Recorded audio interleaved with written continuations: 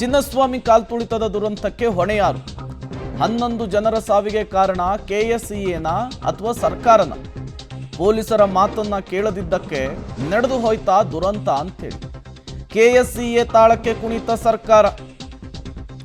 ಚಿನ್ನಸ್ವಾಮಿ ಕಾಲ್ತುಳಿತದ ದುರಂತಕ್ಕೆ ಹೊಣೆ ಯಾರು ಅಂಥೇಳಿ ಒಂದು ಕಡೆ ಆತುರಾತರವಾಗಿ ಕಾರ್ಯಕ್ರಮವನ್ನು ಮಾಡ್ತಾರೆ. ನಿನ್ನೆ ಅಷ್ಟೇ ಕಪ್ಪುಗೆದ್ದಿದ್ದಾರೆ. ರಾತ್ರಿಯಲ್ಲ, ತಡರಾತ್ರಿಯವರೆಗೂ ಕೂಡ ಪೊಲೀಸರು ಡ್ಯೂಟಿ ಮಾಡಿದ್ದಾರೆ ನಗರದಾದ್ಯಂತ. ಏಕಾಏಕಿಯಾಗಿ ಬಂದು 4 ಗಂಟೆಗೆ ಬರ್ತಾರೆ.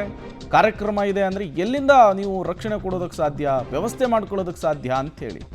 ಅಮಾಯಕರ ಸಾವಿಗೆ ಯಾರು ಹೊಣೆ? ಸ್ಟೇಡಿಯಂ, ವಿಧಾನಸೌಧದ ಎದುರು ಜನ ಸೇರಲಿಕ್ಕೆ ಕಮಿಷನರ್ ಒಪ್ಪಿರಲಿಲ್ಲ. ನೇರವಾಗಿ ಹೇಳಿದ್ರಂತೆ, ಬಂದೋಬಸ್ತನ್ನು ಮಾಡದೇನೆ ಏಕಾಏಕಿಯಾಗಿ ಅವಕಾಶವನ್ನು ಕೊಡೋದು ಸರಿಯಲ್ಲ, ಅನಾಹುತಗಳಾಗ್ಬಿಡ್ತವೆ, ಏನಾದರೂ ಹೆಚ್ಚು ಕಮ್ಮಿ ಆದರೆ ಯಾರು ಹೊಣೆ ಅಂತೇಳಿ ಬೆಂಗಳೂರು ಪೊಲೀಸ್ ಕಮಿಷನರೇ ಹೇಳ್ತಾರೆ. ಬೇಕಾದರೆ ಭಾನುವಾರ ಸೆಲೆಬ್ರೇಷನ್ ಮಾಡಿಕೊಳ್ಳಿ, ಅದಕ್ಕೆ ಬೇಕಾದಂತಹ ಪ್ರಿಪರೇಷನ್ನು ಸಿದ್ಧತೆಗಳನ್ನು ನಾವು ಮಾಡ್ಕೊಳ್ಳೋಣ ಅಂಥೇಳಿ ಕಮಿಷನರ್ ಮನವಿ ಮಾಡ್ಕೊಳ್ತಾರೆ. ಈ ವೇಳೆ ಫಾರಿನ್ ಪ್ಲೇಯರ್ಸ್ ಹೊರಟು ಹೋಗ್ಬಿಡ್ತಾರೆ ಅಂಥೇಳಿ ಕೆಎಸ್ಸಿಎ ಹಠವನ್ನು ಹಿಡಿತಂತೆ. ಇವತ್ತೇ ಕಾರ್ಯಕ್ರಮ ಆಗಬೇಕು ಅಂತೇಳಿ ಹೇಳ್ತಂತೆ.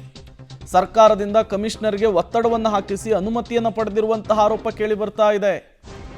ಪೂರ್ವಭಾವಿ ಸಿದ್ಧತೆ ಇಲ್ಲದೆ ಲಕ್ಷಾಂತರ ಜನ ಸೇರಿದರೆ ದುರಂತ ಕಾರಣ ಅನ್ನೋದು ಪೊಲೀಸ್ ಕಮಿಷನರಿಗೆ ಗೊತ್ತಿತ್ತು. ಬೇಡ ಸಾರ್ ಅಂತ ಹೇಳಿದರು. ಪಾಸ್ ಪ್ರಿಂಟ್ ಮಾಡಿ ನೀಡದೇನೆ ಮೊದಲು ಬಂದವರಿಗೆ ಆದ್ಯತೆ ಅಂತೇಳಿ ಸೋಷಿಯಲ್ ಮೀಡಿಯಾದಲ್ಲಿ ಕುತ್ಕೊಂಡು ಟ್ವೀಟ್ ಹಾಕಿಬಿಟ್ರು. 1 ಗಂಟೆಗೆ ಮೈದಾನದ ಬಳಿ ಅಪಾರ ಪ್ರಮಾಣದಲ್ಲಿ ಅಭಿಮಾನಿಗಳು ಬಂದರು. ಒಳಗಡೆ ಬಿಡ್ತಾ ಇಲ್ಲ. ಜನರನ್ನು ಚದುರಿಸದೆ ಒಂದೇ ಕಡೆ ಕ್ರೋಢೀಕರಿಸಿದ್ದೆ ನೋಡಿ ಸ್ಟಾರ್ಟ್ ಆಯಿತು ಕಾಲ್ತುಳಿತಕ್ಕೆ ಕಾರಣ. ಲಕ್ಷಾಂತರ ಜನ ಮೈದಾನದ ಮುಂದೆ ಜಮಾಯಿಸಿದರು. 35,000 ಜನ ಅಲ್ಲಿ ಕೂರೋದಕ್ಕೆ ಅವಕಾಶ ಇರೋದು. ಗೇಟ್ ಓಪನ್ ಮಾಡ್ತಾ ಇಲ್ಲ.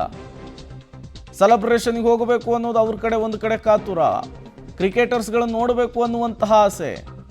ಸ್ಟೇಡಿಯಮು, ವಿಧಾನಸೌಧದ ಎದುರು ಜನ ಸೇರಲಿಕ್ಕೆ ಕಮಿಷನರ್ ಒಪ್ಪಿರಲಿಲ್ಲ ಅನ್ನೋದು ಗೊತ್ತಾಗ್ತಾ ಇದೆ. ಕೆಎಸ್ಸಿಎ ಸರ್ಕಾರದ ಮೂಲಕ ಪೊಲೀಸರ ಮೇಲೆ ಒತ್ತಡ ಹಾಕಿದ್ರು ಅನ್ನೋದು ಗೊತ್ತಾಗ್ತಾ ಇದೆ.